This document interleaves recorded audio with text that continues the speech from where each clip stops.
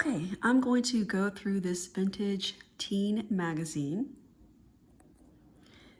As you can see here, it says, "Get into the spirit of 76." And of course, that is referring to July 4th, 1976. That was the bicentennial of our country, 200 years. And we are getting ready to celebrate our country's 250th birthday this year. And I just thought this magazine was a very important piece of nostalgia here. So it's actually dated September 1975. That's because, of course, people were getting a head start. July 4th was a little less than a year away, and it was encouraging people to go ahead and get a head start on things. And back then, the slogan, "Spirit of 76, was everywhere. It was on t-shirts, everything that you can think of. And back then, these magazines went for 75 cents. Okay, let's take a look inside. That's what we're here for. Okay, right away, I see an advertisement for Chantilly fragrance.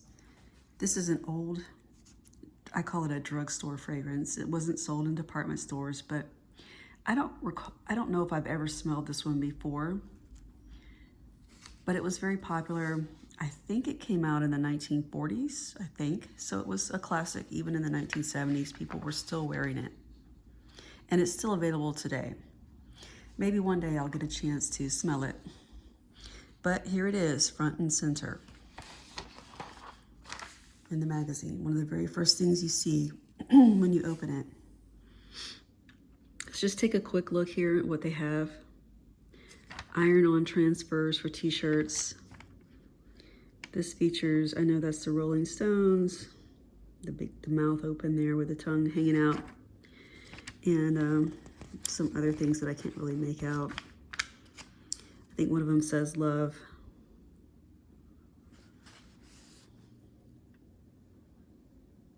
So back then, of course, we didn't have the internet yet.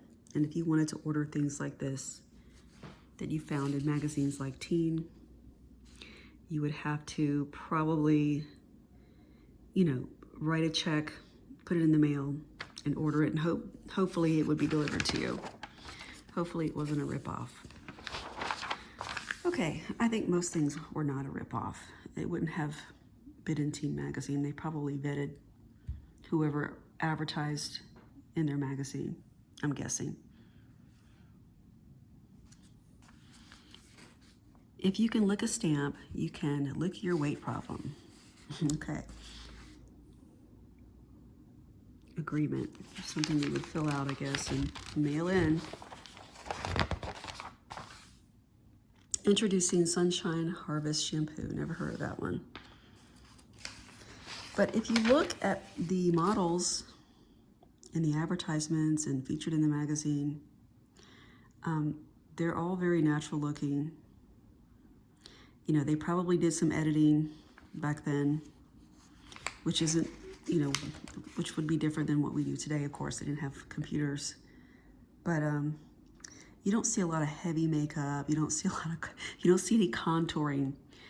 Of course, the models would a lot of times wear makeup to enhance their features, their natural beauty, but not a lot of heavy makeup back then.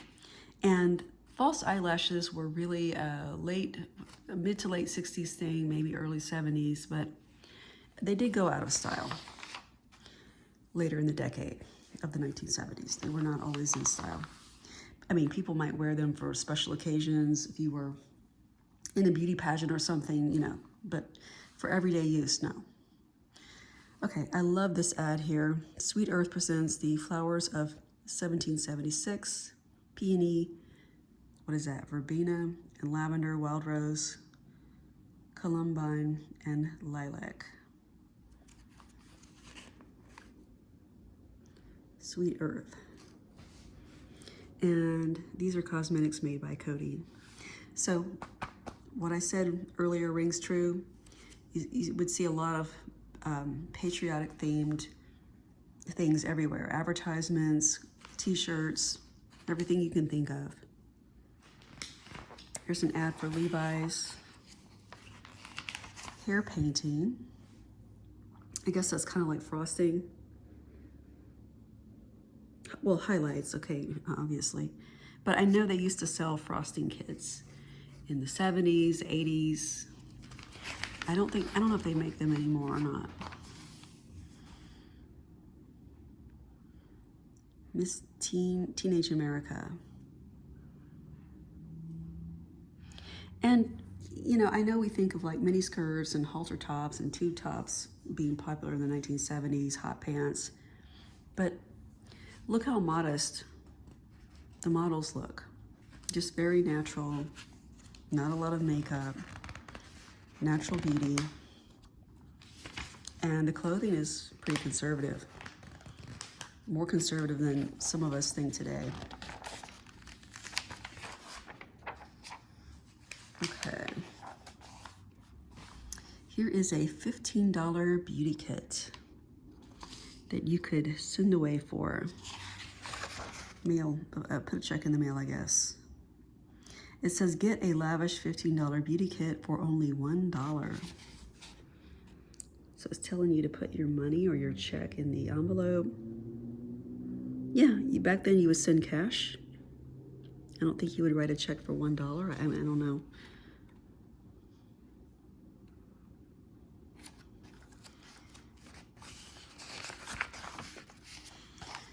Okay, so what I was saying earlier, you know, really pretty conservative styles.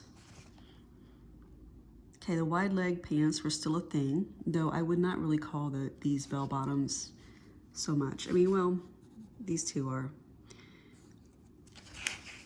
But the flares were less dramatic than they were in the late 60s.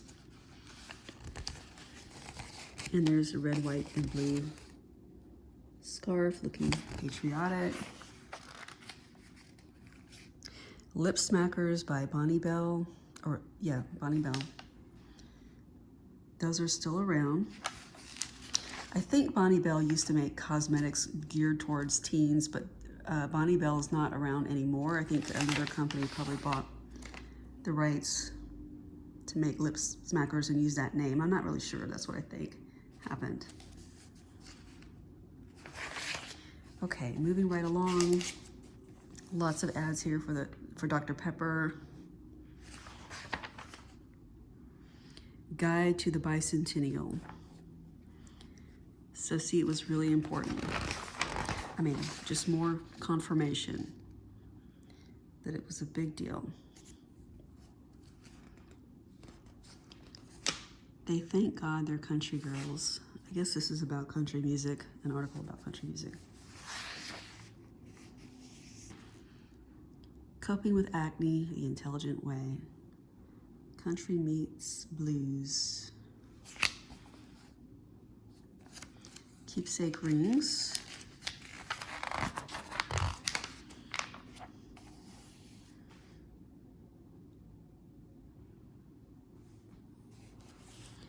Sure was a brand of deodorant. She's saying she's sure she's covered.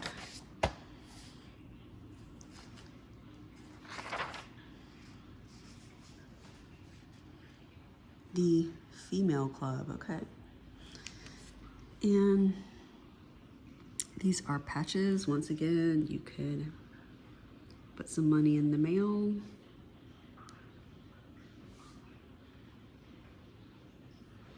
And get yourself a cute little patch. What does this one say? Keep on biking. USA loving team. There's the Rolling Stones, I don't know what you call that, symbol, logo.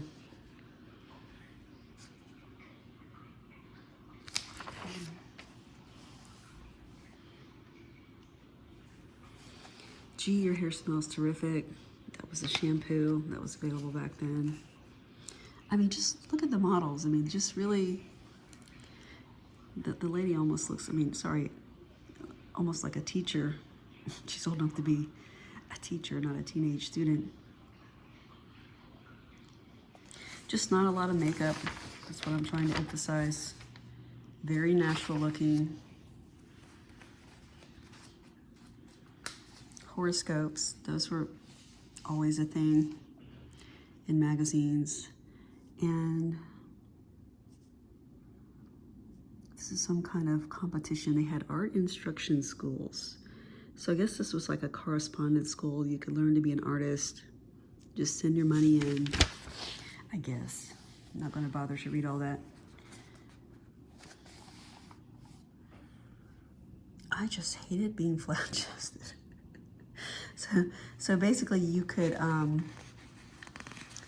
don't know what, if this was for some, probably for some kind of cream that didn't work. Now this really was a rip-off.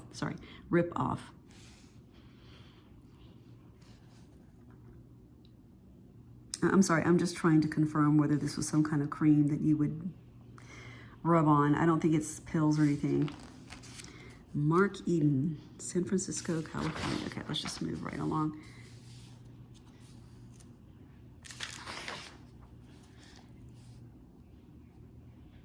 Sears.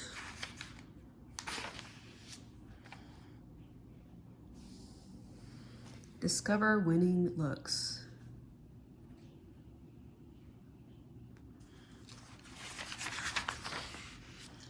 Now notice something here. You're not going to see any really short mini skirts anymore because they were going out of style. I mean, temporarily, they would come back in the early 80s, but by the late 70s, mini skirts were not a thing like they had been in the late 60s.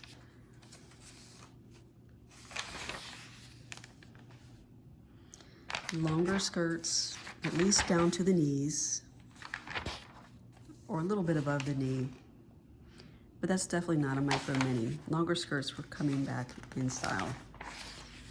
Okay.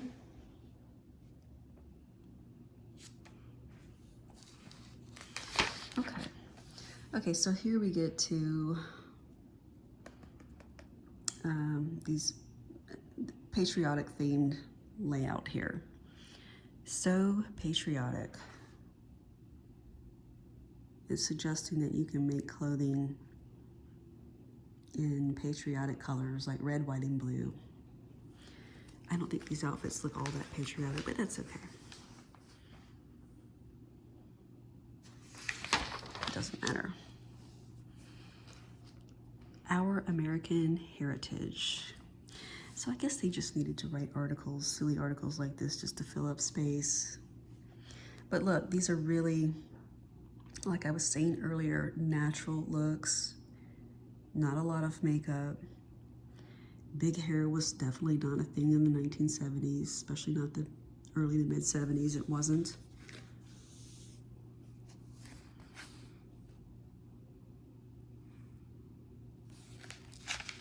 Okay, not a lot of makeup, not a lot of editing, just natural looking girls. Natural beauty.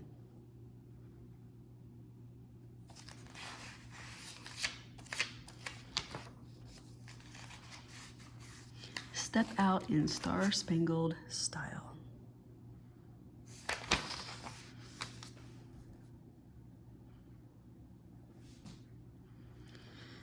Okay.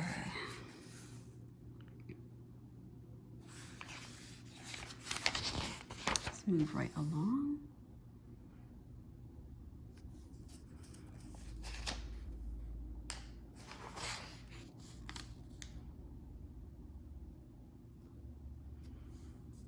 Yankee Doodle Dandies. Okay.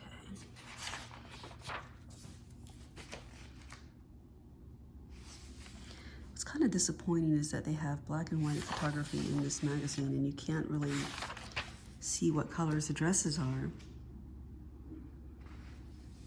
Okay. Make It American, the Crafts of 76. So I guess, you know, these are instructions if you want to make some crafts at home. Get busy, you have about a year before the 4th of July. And Got plenty of time. I guess that's what it's saying here. Go ahead and get started. Be so patriotic and win, win, win. Sure. Sew with spring-made fabrics. Oh my goodness. No. Wow. I love the 1970s, but not everything about the 1970s, but most things. It's my favorite decade.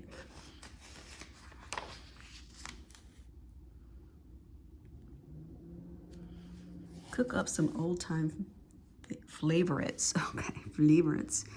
All right. Old-fashioned, I might have to try some of these. Old-fashioned lemon bread pudding. Hot spiced West Coast cider. Orange pecan pie. I've never heard of that, but that sounds interesting. Honey orange frosting for gingerbread. Okay, so there's a gingerbread. I am definitely going to have to try those.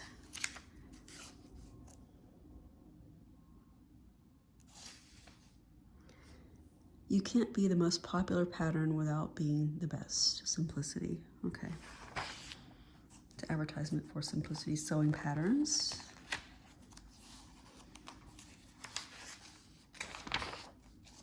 Oh my goodness.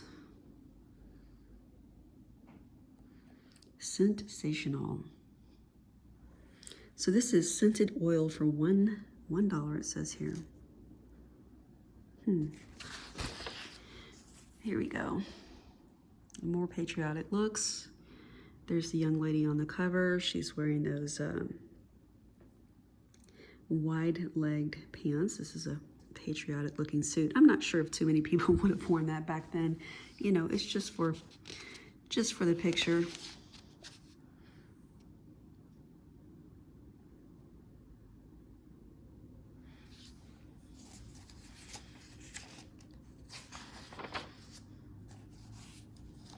TG&Y. Now that was the store like back in the 70s. I'm not sure when Walmart first went into business. I think it was around in the 70s, but it wasn't anything like it is today. I mean, it was just beginning, basically.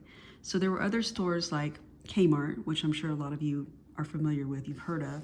That was a store very much like Walmart, but they didn't sell groceries and stuff. It was just kind of a, I don't want to say cheap department store, but you know, they just sold inexpensive goods. They sold everything from clothing, shoes, lingerie, you know, men's clothing, children's clothing, women's clothing, to towels, probably, you know, bedding, things for the home. So TG&Y was a lot like Kmart.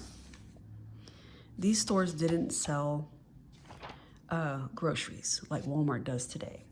They just sold clothing, cosmetics, probably things for the home like towels, bedding, maybe lamps, things like that, dishes. TG&Y went out of business. I think completely out of business. Aw, that's cute. It's a patriotic looking dress.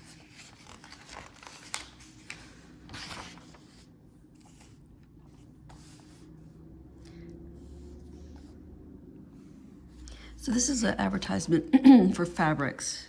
You could make some clothing for yourself, curtains for your window, bedspread, that kind of thing.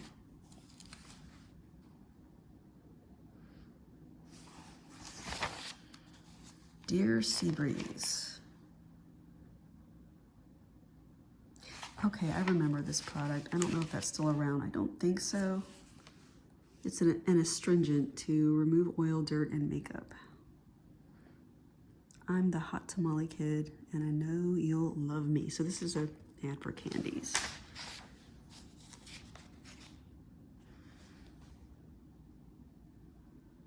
TRG members speak out on the Bicentennial. Super value, 7 fabulous products, only $1. Okay. We are almost at the end of the magazine. And free skincare collections. I don't know how you would get those for free. I'm not going to bother to read the fine print. But there's a Charlie product, Jeanette. I know those brands are still around. These were common in magazines back then, and even in the 80s. If you wanted to be a model or just look like one, you could go to Barbizon School of Modeling. And there were probably maybe a couple other modeling schools. I think John Robert Powers had one, I'm not sure, and Millie Lewis. I think Barbizon was probably the biggest at the time. Probably they had schools all over the country. I'm not sure about that. Millie Lewis was, I think her modeling school started in Charleston, South Carolina, and then she had about 4 altogether at one time. And they are still around, but she passed away a long time ago. So they keep her name, Millie Lewis, but they have different owners. Okay, exercise equipment. Ad for Maybelline. So just really natural looking, not sexy, just fresh faced, natural looking, natural beauty. Not tons of makeup. There we go with the Chantilly again. Baby oil. That was another thing that was very popular. People, before we really knew about, sunburning, people used to go to the beach and rub baby oil on themselves to get tan. Oh my gosh. Now that is definitely a 1970s thing, the frosted blue eyeshadow. And that's a look that I don't really care that much for. Okay, so that is it. Brett Girl. I think that they had did they have a competition for the Brett Girl annually? I don't know.